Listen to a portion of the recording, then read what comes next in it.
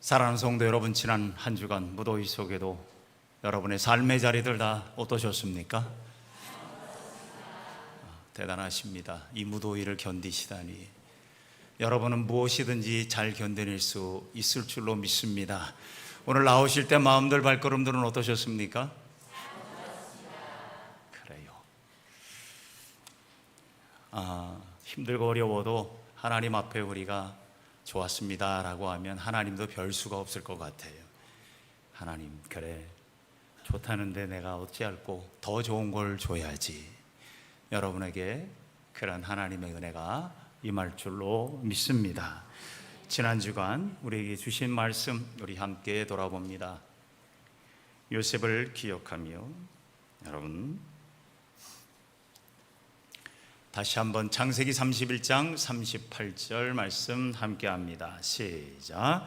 바로가 그의 신하들에게 이르되 이와 같이 하나님의 영에 사로잡은 사람을 우리가 어찌 찾을 수 있으리요 하고, 창세기 41장 38절 말씀. 아멘.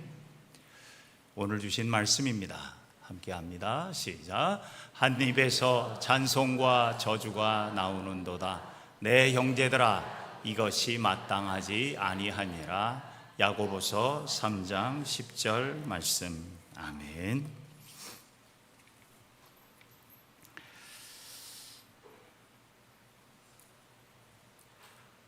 얼마 전에 호주에 계셨던 저희 외삼촌님, 저희 어머님의 막내 동생 외삼촌이 천국으로 가셨다는 소식을 접하게 됐습니다. 신앙생활을 하지 않으셨지만 노년에 은퇴하시고 예수를 만나 또 교회 생활하시다가 천국 가게 되셔서 얼마나 감사했는지 모릅니다. 부인을 생각하면 딱 한 단어가 떠올랐습니다. 그분을 떠올리면 떠오르는 한 문구가 있습니다. 용건만 간단히. 저희 외삼촌은 외교관 하신 분입니다. 이분의 삶의 모토는 용건만 간단히였습니다. 근데 그 삼촌만의 모토가 아니라 저희 외가 쪽의 모토가 아마 좀 비슷한 것 같습니다. 그래서 용건만 간단히. 그래서 저희 집의 가훈이다시피 한 이 용건만 간단히가 지금도 그 삼촌을 생각하면 떠오르게 됩니다. 잡소리 하지 말라, 농담하지 말라, 실없는 말 하지 마라, 남 얘기하지 마라. 이것이 그 가정의 어떻게 보면 모토이기도 했습니다. 그래서 재미가 없어요. 만나면 재미가 없어요. 근데 이 외삼촌이 은퇴하시고 이제 연세가 들어가시니까 조금씩 말문이 좀 열리기 시작하면서 좀 정감을 느끼게 되긴 했습니다만은, 근데 굉장히 중요한 가훈이었습니다. 이 뭐냐면 실수하지 말라는 거지요. 철학자 하이데거는 언어는 존재의 집이다라는 말을 했습니다. 인간은 언어의 주택 속에 산다는 말입니다. 말이 쌓여 그 사람의 인생이 되고 삶의 흔적으로 남게 되어져 있습니다. 우리는 보통 그 사람이 말을 하는 것을 보면 그 사람이 어떤 사람인지를 대충 짐작해 보기도 합니다. 그래서 말을 잘해야 된다. 그래서 말도 잘 배워야 된다. 그러나 말만 잘한다고 다 되는 건 아니잖아요. 말의 기술보다 더 중요한 건 말대로 사는 게 중요하지 않습니까? 그래서 말은요, 집에서 시작한다는 말을 합니다. 말은 집에서 시작한다. 말하는 걸 보면 그 집안의 풍토도 느껴집니다. 가정의 환경도 느껴지곤 합니다. 우리는 말하는 걸 듣는다라고 하지만 말하는 걸 본다라고 말을 합니다. 여러분, 말은 보고 배울까요? 듣고 배울까요? 말은요, 가만히 생각해 보면 시작은 보는 거로 시작을 합니다. 어린아이가 태어나면 말을 못할 때 무엇으로 여러분 소통합니까? 눈빛으로 소통을 합니다. 애가 눈에서 눈물이 고이면 힘들다는 얘기고, 눈이 반짝반짝하면 행복하다는 거고, 눈빛만 봐도 우리는 그 마음을 헤아릴 수 있지 않습니까? 우리는요, 보는 것으로부터 말이 시작된다는 것을 느끼지 못하지만 우리는 그렇게 배우고 있었습니다. 결국 말은 입이 아니라 눈에서 시작된다. 보고 배운다. 그리고 말은 소리가 아니라 삶이라는 겁니다. 조선시대의 품계, 즉 관직대 직계, 이렇게 직제를 보게 되면 정일품부터 종 몇 품까지 쭉 품자로 이렇게 품계를 말합니다. 근데 그 품자가 등급을 말하는 등급인데, 이 품자가 한자로 무엇으로 표현했냐면 아주 간단합니다. 입구자 3개입니다. 즉 이 사람의 말을 보면 이 사람의 품격이 나타난다. 어떤 분의 책을 제목을 이렇게 봤더니 말의 품격이라고 이야기를 하더라고요. 한국 사람은 무슨 말을 합니까? 제가 묻는 질문은 굉장히 간단한 거니까 어려워하지 마십시오. 한국 사람은 한국말 합니다. 영국 사람은 영국말 합니다. 너무 어려워하지 마십시다. 예수 믿는 사람은 무슨 말을 할까요? 우리는 예수 믿는 사람은 믿음의 말을 하는 사람입니다. 믿음의 언어를 하는 사람이 예수 믿는 사람들입니다. 예수를 믿고 사는 순간부터 우리는 언어 삶이 바뀌어지게 되어져 있어요. 근데 이 언어를 어떻게 배우느냐? 물론 말씀을 들음으로부터 시작이 됩니다만은 교회 공동체를 통해서 보게 되어져 있습니다. 여러분, 말하는 걸 들으면서 시작이 되는 것도 될 수도 있지만 대부분 성도들의 신앙은 보고 배웁니다. 선배들의 신앙을 보고 배우고 또 성도들의 신앙을 보고 배웁니다. 예수 믿고 산다고 하면서 여전히 옛사람의 말을 한다면 아직 믿음의 언어 생활이 아직 익숙치 않은 사람입니다. 하나님은요, 우리의 믿음의 모습을 보기를 원하시는데, 그 믿음의 모습을, 삶을 보기를 원하시는 하나님이 우리의 입술에 듣기를 원하시는 것은 바로 믿음의 언어라는 것입니다. 자, 그러면 예수 믿는 사람, 믿음의 말을 하는 사람은 어떤 사람일까요? 오늘 2가지를 본문에서 살펴보기를 원합니다. 첫째로, 믿음의 언어 생활을 잘하는 사람은 서로를 살리는 말을 하는 사람이라는 것입니다. 같은 말이라도 살리는 말이 있고 죽이는 말이 있습니다. 마음을 아프게 하는 말이 있고 마음이 행복해지는 말이 있습니다. 말 한마디가 사람의 생명을 좌우합니다. 오늘 야고보 사도는 특별히 야고보서 전체에 보게 되면 삶에 대한 이야기를 많이 하고 있는데, 믿음의 삶을 구체적으로 더 파고 들어가게 되면 믿음의 언어의 삶을 이야기하고 있는 것을 느끼게 됩니다. 오늘 본문 3장의 내용에 보게 되면 5절 6절을 현대인의 성경 좀 쉬운 번역으로 보면 이렇습니다. 이와 같이 사람의 혀도 몸의 작은 부분에 불과하지만 그것을 잘못 사용하면 큰 손해를 가져옵니다. 작은 물씨가 큰 숲을 태우지 않습니까? 그러므로 사람의 혀는 불과 같고 악으로 가득 찬 세계와 같습니다. 혀는 몸의 한 부분이지만 온몸을 더럽히고 우리의 생애를 불태우며 끝내는 혀 그 자체로 지옥불에 타고 맙니다. 야고보 사도는요, 좀 직설적 사도입니다. 물론 강한 신앙의 용사와 같은 분은 맞습니다만은 그가 성경 야고보서를 쓴 이 내용들을 보게 되면 직설적 표현을 많이 합니다. 혀는 결국 지옥의 불과 같다. 이 혀라는 단어를 말이라는 말로 언어로 바꾸게 되면 결국 우리의 말이 우리의 삶의 지옥의 불이 될 수도 있고 천국의 방언이 될 수도 있다는 겁니다. 놀라운 일 아닙니까? 잠언서에도 우리 그리스도인들, 하나님의 백성들을 위해서 가르치는 많은 지혜의 말이 있는데 그 가운데 말에 대한 지혜가 상당히 많습니다. 그 가운데 두 개를 보면 잠언 6장 2절을 봅시다. 내 입의 말로 내가 얽혔으며 내 입의 말로 인하여 잡히게 된다라고 말합니다. 잠언 18장의 말씀에 보면 죽고 사는 것이 혀의 권세에 달렸다. 혀를 잘 쓰는 사람은 그 열매를 맺는다라고 말씀합니다. 우리나라의 세계적인 높이뛰기 운동선수가 있습니다. 우상혁인가요? 예, 우상혁. 이 선수가 우리나라에서 갑자기 혜성같이 나타난 아주 높이뛰기 선수입니다. 이 장대를 띄고 높이 뛰는 게 아니라 제자리에서 높이 뛰는 선수인데요, 세계 금메달도 따기도 했습니다. 저는 그 선수의 모습을 이렇게 볼 때마다 참 감동을 받는 게 있는데 웃어요. 일단 웃고 시작합니다.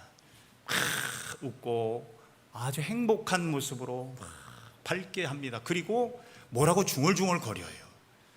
뭐라고 막 말하는데 누구한테 도대체 말하는 건지 모르지만 근데 그 모습을 이렇게 보면서 생각을 해요. 어느 그 높이뛰기 육상 코치가 정말 그런 말을 했답니다. 마음부터 넘겨라. 몸만 넘길 생각하지 말고 마음부터 넘겨라. 그런데 마음이 먼저 넘어야 몸이 넘어간다라는 말을 합니다. 그런데 저는 한마디 더해서 마음이 넘어가기 전에 말이 넘어가야 된다라는 것입니다. 그 우상혁 선수가 그걸 서서 준비하면서 막 하면서 자기 자신에게 말하고 있는 것 같아요. 너는 넘을 수 있어. 너는 이 장대를 뛰어 오를 수 있어. 너는 할 수 있다. 계속 자기 자신을 향해서 외치고 있는 것 같은 그런 모습을 보았습니다. 지금은 고인이 된 전 세계 헤비급 권투 선수 챔피언, 미국의 무하마드 알리라는 선수가 있습니다. 아주 유명한 말을 했지요. 나비처럼 날아서 벌처럼 쏜다. 아마 세계적인 이 헤비급 권투 선수. 근데 그가 나중에 챔피언이 되고 나서 이제 계속 이기면서 했던 얘기 중에 뭐냐면 자신은 늘 자신에게 이렇게 얘기했답니다. 나는 반드시 이길 것이다. 그렇게 승승장구를 했습니다. 그리고 챔피언이 되고 나서 그는 이렇게 이야기했답니다. 나는 최고가 될 수 있었던 것은 절반은 실력이고 절반은 말의 힘이다 라고 했습니다. 잠언 16장 24절에 선한 말은 꿀송이 같아서 마음에 달고 뼈에 양약이 되느니라 했습니다. 믿음으로 하는 선한 말은 능력이 있습니다. 주님이 말씀하신, 우리에게 늘 하신 말씀, 내 믿음대로 될지어다 라는 이 말씀은 이렇게 해석이 됩니다.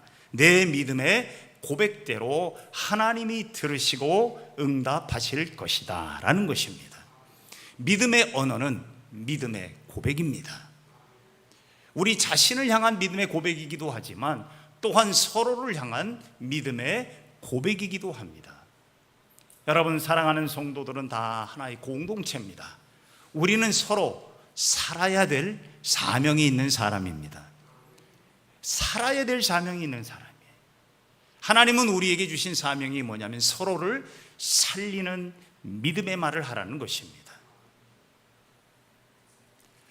저는 자라면서 저희 어머님에게 칭찬은 별로 받아본 적이 없던 것 같아요.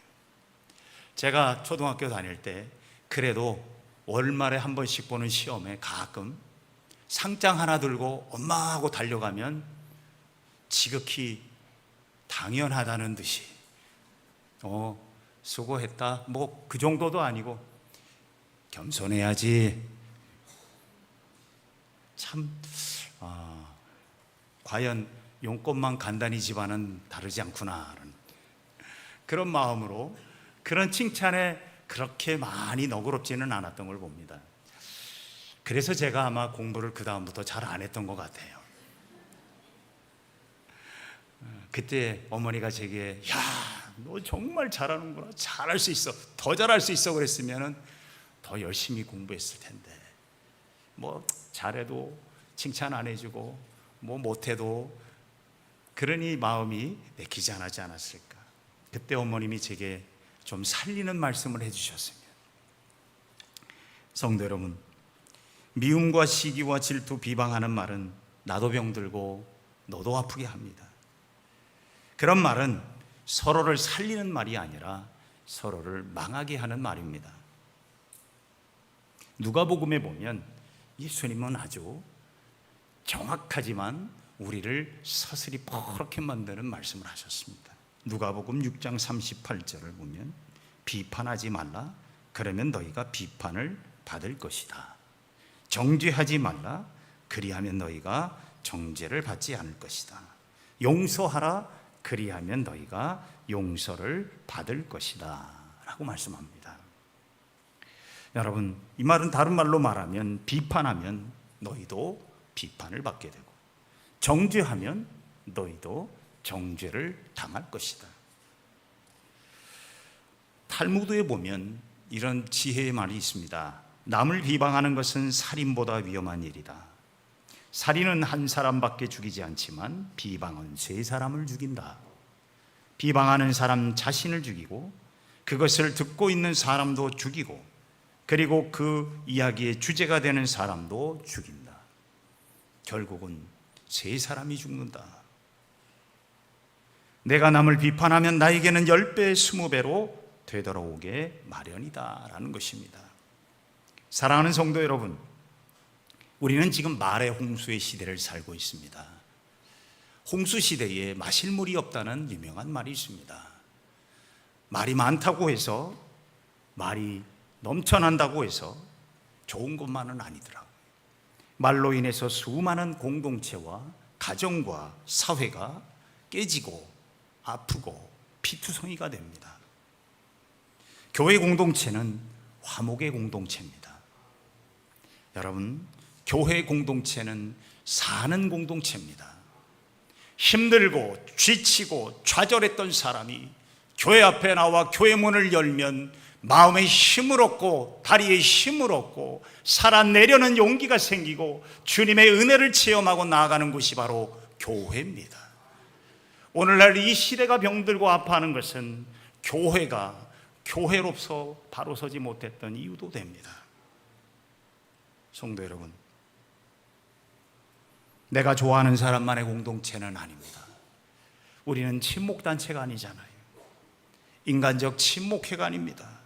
우리는 구원받은 백성들이 함께 모여 서로를 사랑하는, 서로를 살리는 공동체가 되어야 될 줄로 믿습니다.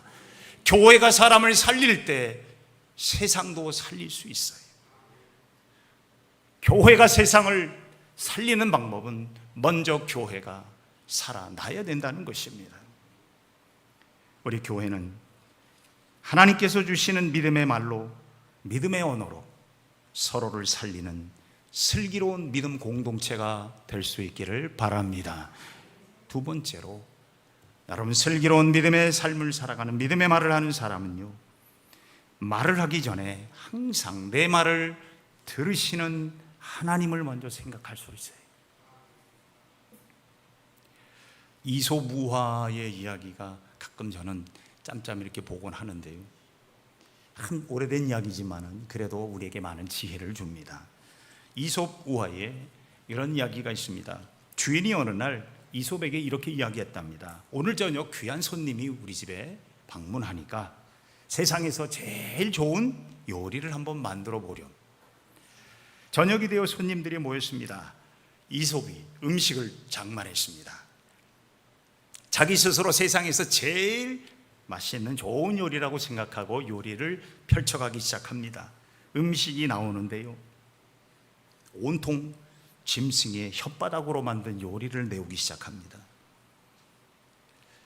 처음에는 소의 혀가 나왔으니까 이거 몸에 좋은 건가 보네, 맛있네 하고 먹다가 그 다음에 나오는데 또 다른 짐승의 혀가 나온 거, 계속 끝까지 혀 요리만 나옵니다.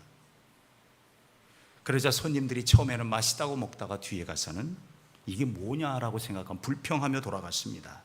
주인이 나중에 이소백이 물어요. 어찌해서 혓바닥 요리만 만들었냐? 그러자 이렇게 말합니다. 주인님, 세상에서 혀보다 좋은 게 어디 있습니까? 혀가 있으므로 말도 하고, 혀가 있으므로 노래도 하고, 혀가 있으므로 지식도 전달할 수 있고 가르칠 수도 있고 고백도 할 수 있잖아요. 그러니 혀는 좋은 거 아닙니까? 주인이 들어보니 그럴듯합니다. 맞는 말인 것 같아요. 그래서 그 다음에 이솝에게 또 한 가지 주문합니다. 지난번 손님, 이번에는 진짜 맛있는 요리를 준비했노라고 생각하면서 이번에는 이솝에게 이렇게 얘기했습니다. 그러면 거꾸로 얘기하면 얘가 정말 맛있는 거 내오겠구나 싶어서, 야, 세상에서 제일 나쁜 요리를 좀 만들어 보렴. 그러자 이솝은 요리를 준비했는데 전날과 똑같은 혓바닥 요리를 만들어 내옵니다. 주인이 살짝 화가 났습니다. 그래서 요셉을 책망합니다. 그러면서 뭐라 그러냐면, 도대체 왜 똑같은 혀냐? 제일 좋은 요리라고 하지 않았냐?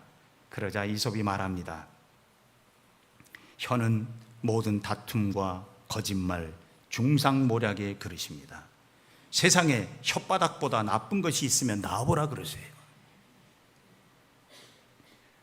사람의 혀는 하나입니다. 그런데 어떻게 쓰는가에 따라서 약이 되기도 하고 독이 되기도 한다는 말이지요. 야고보서 3장 9절 10절 오늘 말씀을 현대인의 성경으로 보면 이렇습니다. 우리는 이 혀로 하나님을 찬송도 하고 그분의 모습으로 창조된 사람을 저주도 합니다. 한 입에서 찬송과 저주가 나오고 있습니다. 형제 여러분, 이런 일이 있어서는 안 될 것입니다. 믿음의 말을 하는 사람은요, 하나님의 은혜를 나누며 하나님의 찬송 가운데 거하는 사람들입니다. 그런 의미에서 교회는요, 행복한 곳이어야 됩니다. 교회 문을 열 때 얼굴빛이 밝아져야 되는 곳이 교회입니다. 우리가 살면서 받은 은혜를 나누는 곳. 그래서 교회는 성도 간에 경쟁하는 곳이 아니라 서로를 살려주고 화목하게 하는 공동체가 되어야 한다는 것입니다. 교회는요, 완전한 사람들이 모이는 곳이 아닙니다. 부족한 사람들이 모입니다. 약한 사람도 모입니다. 죄 많은 사람도 모입니다. 그런데 왜 모이는 줄 아십니까? 예수 믿기 때문입니다. 우리는 예수 믿기 때문에 모이는 사람들이에요. 그래서 서로의 부족함을 감싸주고 안아주고 위로하며 힘을 주는 곳입니다. 여러분, 예수님이 공생의 사역을 시작하시면서 복음을 전하고 다닐 때에 예수님 주변에 모인 사람들이 어떤 사람인 줄 아십니까? 병든 사람, 죄 많은 사람, 수많은 손가락질을 당한 사람, 그런 사람들이 예수님께 왔어요. 그때 주님은 뭐라 그러셨어요? 수고하고 무거운 짐진 자들아, 다 내게로 오라. 내가 너희를 쉬게 하리라. 이게 교회라는 것입니다. 이게 하나님의 은혜를 나누는 곳이어야 됩니다. 그래서 화목의 공동체가 되는 거지요. 그러므로 우리에게 믿음의 언어 생활을 제대로 하라고 주님은 경고하십니다. 마태복음 5장 9절의 말씀 보십시다. 화평하게 하는 자는 복이 있나니 그들이 하나님의 아들이라 일컬음을 받을 것이다 라고 있습니다. 사랑하는 성도 여러분, 저는 우리 그리스도인들이, 예수 그리스도를 믿는 사람들이 믿음의 언어 생활만 슬기롭게만 해줘도 교회는요, 성장하고 성숙하게 될 줄로 믿습니다. 우리는 성장만 하려고 하다 보니 성숙을 놓칠 때가 많습니다. 성숙은 자연스럽게 오는 게 아닙니다. 성장은요, 하나님께서 키워주시지만 성숙은 우리의 몫이에요. 왜? 우리 스스로가 노력해야 될 부분이 성숙에는 담겨져 있기 때문입니다. 소크라테스가 한 친구가 자기에게 갑자기 달려와 흥분하며 말하기 시작합니다. 여보게 소크라테스, 어쩌면 이럴 수가 있는가? 방금 내가 밖에서 무슨 말을 들었는지 아나? 아마 자네도 내 얘기를 들으면 깜짝 놀랄 거야. 잘 좀 들어보게나. 그때 소크라테스가 그의 입을 딱 막고 말합니다. 잠깐만, 아직 말하지 말고 기다려보게. 자네가 지금 급하게 전해주려는 말을 일단 좀 생각 좀 해보지. 3번 걸렀는지 한번 좀 보겠네. 3번 채로 한번 좀 걸러보겠다는 겁니다. 도대체 무슨 채를 걸는 건가? 첫 번째, 자네 그 말이 사실인가? 확신할 수 있나? 그러자 친구가 말해요. 아니야, 그냥 길에서 들었던 거지. 그럼 두 번째, 자네가 하는 말의 내용이 사실이 아니더라도 최소한 선의에서, 좋은 마음에서 하는 말인가? 그건 아니지. 3번째 채를 한번 좀 걸러보겠네. 자네를 그렇게 흥분하게 만든 소식이 아주 중요한 내용인가? 글쎄, 그럼 됐네. 안 들은 거로 하겠네. 여러분, 우리는 사실 지나친 말의 홍수 속에 파묻혀 있다 보니까 말이면 다 말인 줄 압니다. 예전에 어떤 어린아이가 그러더라고요. 젊은 청년이 그래. 이게 목사님 말인지 방구인지 모르겠다고. 말인지 방구인지 모르겠다. 이게 웃기는 말이지만 방구 같은 말들도 많다는 얘기예요.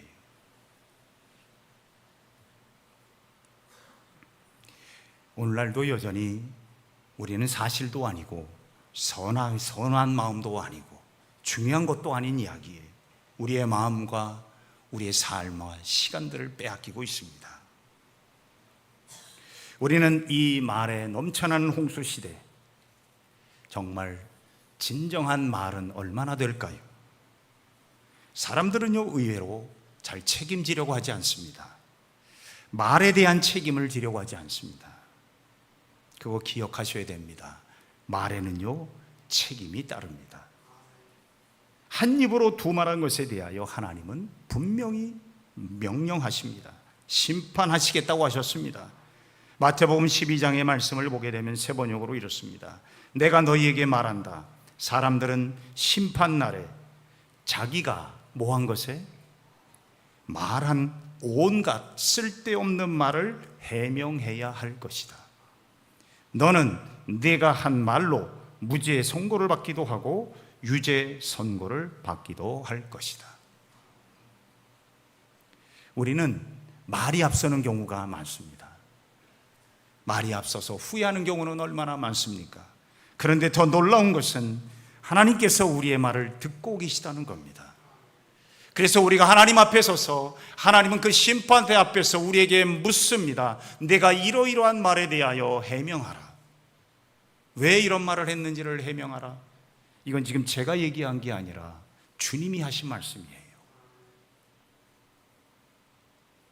범죄인을 잡고 범죄인에게 수갑을 채우고 경찰들이 하는 말이 있죠. 무슨 말을 합니까? 그거 뭐라 그러죠? 미란다 원칙을 이야기합니다. 당신은 변호사를 선임할 수 있고 또 뭐 할 수 있는 줄 아세요? 묵비권을 행사할 수 있습니다. 말을 안 할 자유는 있습니다. 이 말은 뭐냐면 말 잘못하면 당신 책임져야 된다라는 거예요.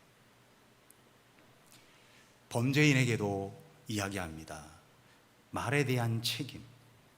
오늘 하나님은 우리에게 모든 말에 대한 책임을 묻기를 원하십니다. 감정이 앞서 잘못 표현된 말, 혹은 의도적인 분노의 말, 미움의 말로 우리의 삶의 수많은 공동체가 무너지고 가정이 깨지고 우정이 깨지고 사회가 아파하는 경우들이 얼마나 많습니까? 말해야 할 때, 말하고 싶을 때 내 말을 들으시는 하나님이 계심을 기억하시기를 바랍니다. 이것이 과연 살리는 말이고 이것이 과연 나를 도와주는 말인가? 생각하고 또 생각하고 말해도 늦지 않습니다. 내 입을 떠난 말에 대하여 우리는 책임을 져야 하기 때문입니다. 사랑하는 성도 여러분, 화목하게 살기도 짧은 인생입니다. 사랑하며 살기도 바쁜 인생입니다. 서로를 살리는 믿음의 말을 많이 하며 살아가시기를 바랍니다. 이 한 주간, 오늘 이 한 주간 여러분 우리의 가정 가운데 서로를 살리는 아름다운 고백의 시간들이 많아지시기를 바랍니다. 여러분 자녀들에게, 또한 부부간에, 또 부모에게 여러분 살리는 말 한마디를 이번 주간 꼭 한번 해보시기를 바랍니다. 그 한마디의 말로 여러분의 인생이 살고, 가정이 살고, 사회가 살고, 교회가 살고, 나라가 살고, 민족이 살아나게 될 줄로 믿습니다. 우리 모두가 하나님의 은혜 가운데 슬기로운 믿음의 언어 생활을 통하여 화목한 공동체, 화목한 가정, 화목한 우정, 화목한 사회를 이루어가도록 이 광복의 80주년을 맞이하는 이 해에 하나님께서 이 나라를 향하신 위대한 메시지로 받아들이시기를 바랍니다. 슬기로운 믿음의 언어 생활을 통해서 우리 모두가 다시 한번 새롭게 거듭나는 행복한 그리스도인들 될 수 있기를 바랍니다. 기도하십시다. 사랑이 많으신 아버지 하나님, 고맙고 감사합니다. 우리에게 믿음을 주셔서 감사합니다. 예수 믿고 구원받게 하셔서 감사합니다. 이 하나만으로도 우리는 감사하고 행복하고 기뻐해야 되는데 하나님 말의 홍수시대에 파묻혀 하나님 서로를 살리기는커녕 서로를 무너뜨리게 하는 삶의 모습은 없었는지요. 다시 한번 이 나라가 다시 새롭게 일어났던 것처럼 오늘 우리의 삶의 자리들이 새롭게 일어나게 하여 주시옵소서. 슬기로운 믿음의 언어 생활을 통하여 하나님의 뜻을 전하며 서로를 살게 하고 화목한 공동체를 이루어가는 하나님의 거룩한 백성들 되게 하여 주시옵소서. 예수님의 이름으로 축복하며 기도하옵나이다. 아멘.